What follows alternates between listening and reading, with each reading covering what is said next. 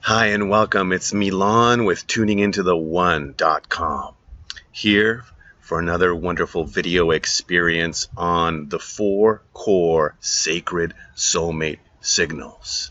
How to find, attract, and live in and with and through true, lasting love. So as you're tuning into the one, remember, you're looking for a way to really access that place and that space that'll give you something different. So when you're looking at the 4 core sacred soulmate signals and the soulmate attraction blueprint, so you can live in, through, and with lasting true love on purpose, with passion, and by design, we want to make sure that the 4 core sacred soulmate signals are part of the master keys to helping you find, attract, and build lasting love and soulmate attraction through connection, compatibility, chemistry, and communication. Connection is like a dial. You want to make sure that you are able to really dial it in. Connection is your point for information, for awareness, and for intimacy. And through connection, you're able to start exploring deeper and deeper elements of compatibility, which allow you to first explore compatibility before exploding chemistry. And you do all this through effective communication. So, my beautiful, wonderful, sweet NESIT is my amazing dream soulmate. And I was able to attract her and find her through this process.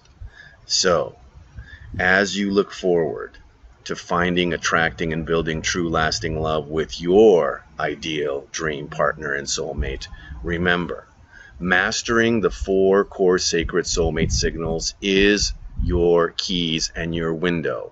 By creating access to everything through connection, especially compatibility and communication, so that you're able to explode chemistry at just the right time. Intuition, intimacy, information, and awareness all happen through connection. The ability to get up to 100% of the perfect blend of synergy and complementary alignment for you, for that perfect fit and blend, is through compatibility. And chemistry is that amazing, dynamic, magnetic attraction that sets you alive and creates even deeper desires for building even more connection, exploring even more compatibility, and building even deeper levels of intimacy through effective communication. So as you move through the 4 core sacred soulmate signals, they will help you to release the past, embrace the present, and design the future. And they'll show you how to embrace the present, how to start designing your future, and how to begin releasing the past. Because through your inner and outer worlds, your playing field from the ground up, you'll be able to start synchronizing the relationship of your body, mind, and heart by looking at your plans, goals, strategies, desires, and the time frames you have set aside for them. You'll be able to look at your behaviors, your habits, your actions, and you'll be able to measure them. And you'll be able to look through your filters, the conditions of life as you see them on the outside, and the context through which you view your beliefs and the decisions that resulted from those beliefs, and how your identities and values play an incredibly important and intimate role in looking at your soulmate purpose and your oneness with your inner world and your ability to attract the outer world person that you're looking for. So, in order to make this change and in order to get extraordinary results, you have to want to eliminate the unwanted from your life and build leverage towards wanting and having the change that you want to make. The 4 core sacred soulmate signals allow you to be able to do this quicker, better, and easier towards that path of effective change, which allows you to make deeper connections, explore deeper compatibility, ignite even more powerful chemistry, and use even stronger effective communication through the 4 core sacred soulmate signals. So you can break with the past, get clarity on the present, and start designing the playing field with meaning, with purpose, and with a sense of desire. So your soulmate purpose, what is a soulmate? Why do you want one? And what does your soulmate look like? That's where the soulmate attraction blueprint and the soulmate manifesto come in. As you explore your vibe, your identities and your values and your beliefs and the expectations that come along with those, how are you seeing yourself in the world? How are you defining yourself? What's important to you in your world? And what do you believe about the way the world is, how people are, and life is, as well as love?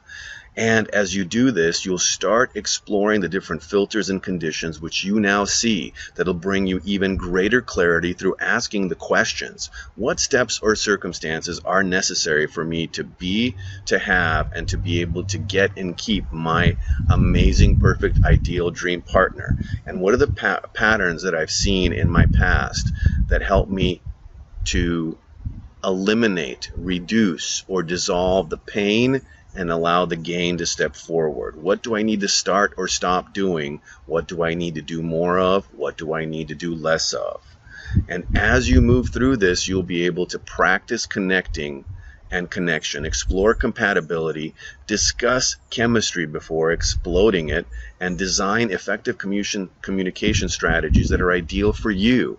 So let's look at connection. Connection is your pipeline and your bridge to different levels and different depths of intimacy and awareness. When you use it as a dial rather than an on-off switch, you're able to dial up connection or dial down the connection depending on the access you want and the intensity, because that's your goal. When you practice connecting, you can do it through either matching or mirroring, which means doing the same exact thing that the other person is doing physiologically with their body, or using similar language or words. You can match their tonality as they go up and down. You can match their pacing and speed and rhythm of speech. You can make eye contact because you know that the eyes are the windows to the soul. You can use physical touch in a mirroring and matching gesture. When you think about mirroring and matching, matching is looking across from you, and if somebody folds their legs to the right, you fold your legs to the right. Mirroring is if they fold their legs to the right, it would be like looking in a mirror and you'd fold your legs to the left. Physical touch and the meeting and greeting of postures and handshakes and hugs and facial expressions and body gestures or movements, you're doing all that matching and mirroring to build connection, that sense of familiarity and warmness. Then write down all the different connection solution skill sets that you think you have already mastered, and write down the ones that you think you would like to work on to be able to practice connection at an even broader and deeper level. Then look at compatibility, your likes, your dislikes, your wants, your don't wants, your must-haves, your deal breakers. What types of personalities, bodies, age, and phase or stage of life are you looking for in a partner? When you look at identities, how do you see yourself? And how do you want to see him or her? When you look at your values, you want to look at what's most important to you and what is that? And the qualities that you're looking for. What are the characteristics or traits and behaviors in yourself and in your ideal partner that will bring about the most amazing compliments? And what beliefs do you hold about the world, about people, about life, about women or men? And how do you want that reflected in a complementary or contrasting way with your ideal dream partner? And then list some interests or hobbies and activities you might want to practice with your ideal dream partner that you find interesting, that you find as something that you want to build even deeper connection on, that will contain that compatibility.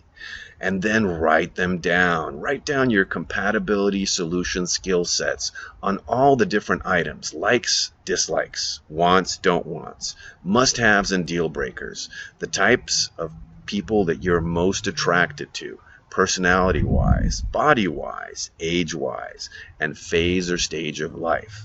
Look at your identities, your values, the qualities and characteristics, traits and behaviors, and the beliefs along with your interests and hobbies and activities, and write them down. What are your strengths? What are the areas you most want to improve in? And then look at chemistry. What are you most attracted to? What really creates that look or that body and that shape and touch? Remember, chemistry is partly biological, the DNA, the smell test, the taste test.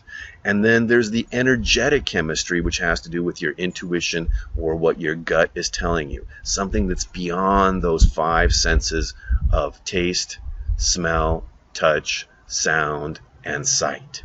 And then that soul heart level chemistry, which is that spiritual or metaphysical element that you will know when you touch each other's souls, that goes beyond words.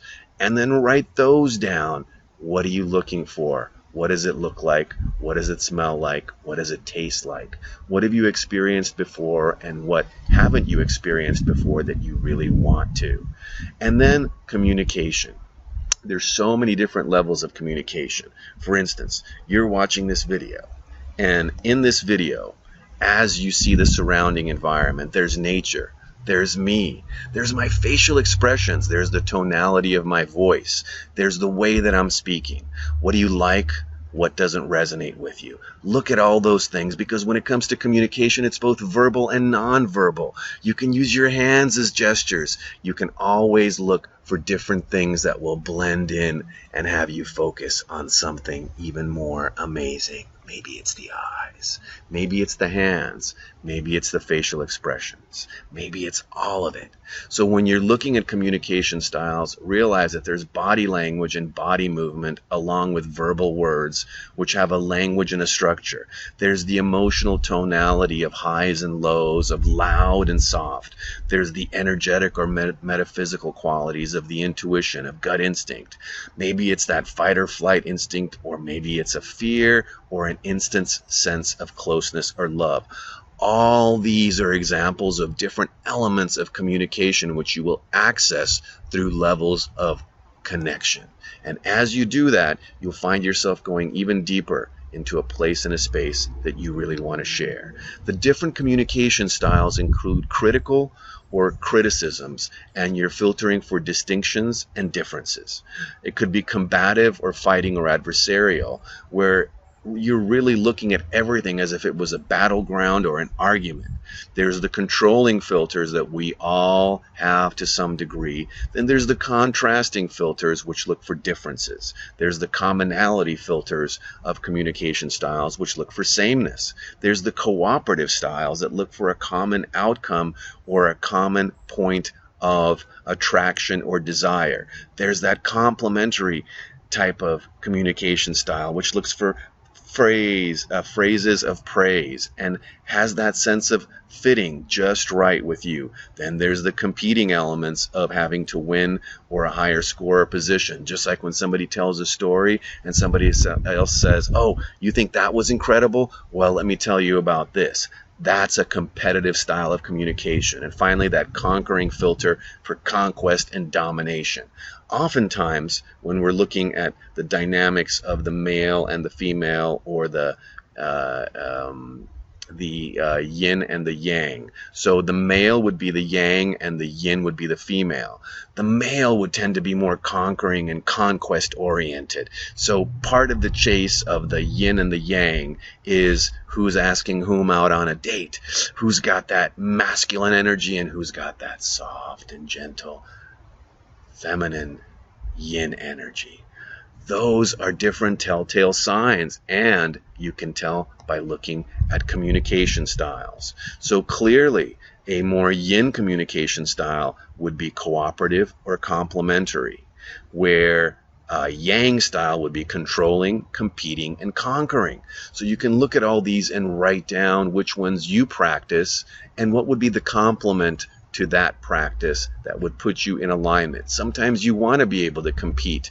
Sometimes you want to be able to cooperate. Sometimes you want a little bit of contrast along with similarities for that sense of commonality. So look at your different communication styles you have available to you and write down which ones are your preferences.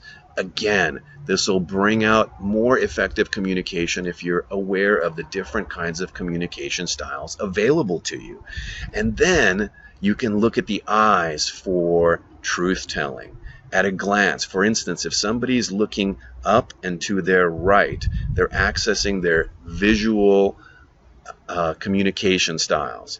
And if they're going up and to the left, that's their visual remembered. And if they're going up and to the right, it's their visual construct. So visual remember means somebody's accessing a memory. So you're in the mirror looking at them. So if you're looking at them and they go up and to your right, that's accessing their visual remembered. If you're going up and to the left, they're accessing visual construct. Visual construct is the place where people make stuff up. So if they're telling the truth, chances are they're looking up and to their left or up and to your right. If they're making something up or they're accessing an imaginary aspect, they're looking to their right and to your left. So eye patterns can definitely give you access.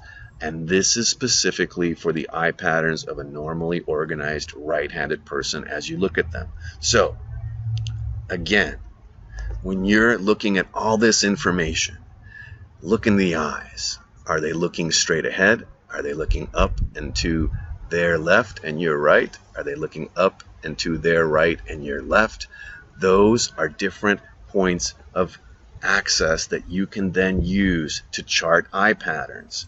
In the middle there is the auditory, and at the bottom is kinesthetic and auditory digital. So if they're looking down and to their right, which would be down and to your left, they're accessing their feelings. If they're looking down and to their left, which would be down and to your right, they're accessing their self-talk. They're talking to themselves. So you can tell if somebody's accessing their memory or accessing something they're making up in their imagination and constructing, which is up to the left and up to the right from their perspective. And if they're going down and to the right, they're accessing their feelings, which will be down and to the left for you looking at them. Or if they're going down and to the left for them, they're accessing their self-talk. They're talking to themselves. They're in their head. That would be down and to your right. So as you look at these different points, you can ask yourself, what are they telling me with their eyes? And then clearing out the past and your obstacles to love. What do you want most? What is the plan for you? What are the different ways that behaviors and habits and barriers and actions have been stopping you from getting everything you want? That's going to be part of your inner game. Answer those questions and start getting clear of your past and clear of your obstacles so you can dissolve them. What are the different conditions on the exterior of life, the situations, the different external factors, steps, or stages which are a necessary part of your planning that you haven't yet achieved? Write them down. Get clear on your inner game and get clear on the obstacles from your outer game. What are your goals and desires, and by when do you want to achieve them? Look for the different patterns that have caused you pain in the past, and look for the different patterns that you've really grown from, shown success, and gained from, and write it all down. What are the different hurts and wounds that you have been smarting from, or that you still find very painful, or that are triggers for you? Where have you been wronged? Where have people practiced deal breakers or walked over you like you were a doormat, so that you can start moving towards your must-haves and be able to be a welcome mat? Because the 4 core sacred soulmate signals are these keys. So thank you for your time, and remember, we'll see you soon. And as you're looking through these different slides, go through them again and again. And if you'd like to join us, as always, come to our private Facebook group where you will be able to ask any question and get it answered, any burning question you might have. So until the next time, this is Milan wishing you amazing relationship, dating, and mating success and mastery. Play this back. There's an awful lot of information, and come join us in our private Facebook group so you can get your questions answered. The link is on this screen or right below this video. Until the next time, this is Milan wishing you amazing, amazing opportunities out there for relating better, dating high quality candidates, and being able to find that ideal dream mate and partner and soulmate so that you can live in true lasting love. Bye for now.